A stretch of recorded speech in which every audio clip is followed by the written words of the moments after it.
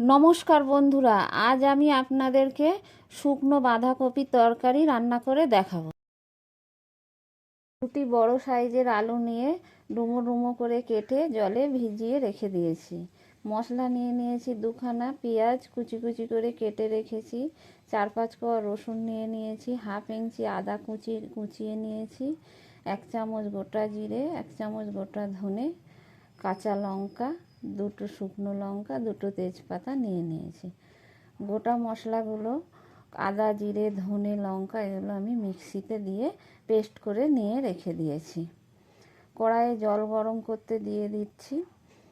এবার 1 ঘন্টা ধরে ভিজিয়ে রাখা শুকনো বাঁধাকপিগুলো জলের মধ্যে দিয়ে দিয়েছি সেদ্ধ করার জন্য।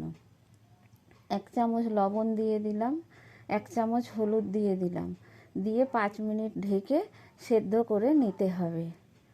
সেদ্ধ হয়ে গেছে, আমি জল ঝারিয়ে নিয়েছি। কড়াইয়ে তেল দিয়ে দিচ্ছি, তেল গরম হয়ে গেছে।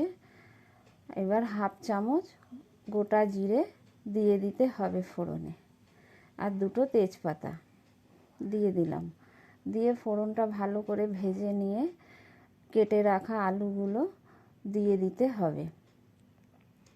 আলুগুলো দিয়ে দিলাম, দিয়ে তেলের সাথে নেড়ে চেড়ে নিতে হবে। নিয়ে 1 চামচ লবণ দিয়ে দেব, দিয়ে ভালো করে আলুটা ভেজে নিতে হবে।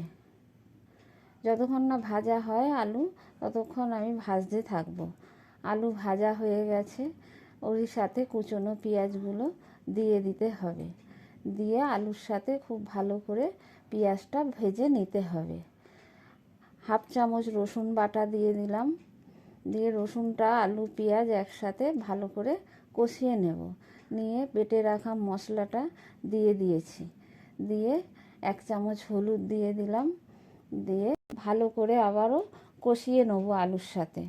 নিয়ে এবার সেদ্ধ করা বাঁধাকপিটা দিয়ে দিয়েছি আলুর সাথে, দিয়ে মশলার সাথে আলুর সাথে খুব ভালো করে কপিটা কষিয়ে নেব। নিয়ে অল্প পরিমাণ জল দিয়ে দেব, যেহেতু আলুগুলো ভাজতে ভাজতে সেদ্ধ হয়ে গেছে, কপিটাও সেদ্ধ করা ছিল, তাই সামান্য জল দিয়ে দিতে হবে। জল দিয়ে খুব ভালো করে মিশিয়ে নিতে হবে। নিয়ে অল্প লবণ দিয়েছি, যেহেতু আমি আলু ভাজার সময় লবণ দিয়ে দিয়েছিলাম, তাই অল্প লবণ দিয়েছি। লবণ আর স্বাদ মতো মিষ্টি দিয়ে দিলাম। দিয়ে এবার আমি 5 মিনিট মতো ঢেকে দেব। ঢেকে কপিটা রান্না করে নিতে হবে। ঢাকা খুলে নিয়েছি, কপি আমার রান্না হয়ে গেছে। এবার নামানোর আগে গরম মশলা ছড়িয়ে দেব, দিয়ে কপির তরকারি আমি নামিয়ে নেব। কপির তরকারি নামিয়ে নিয়েছি।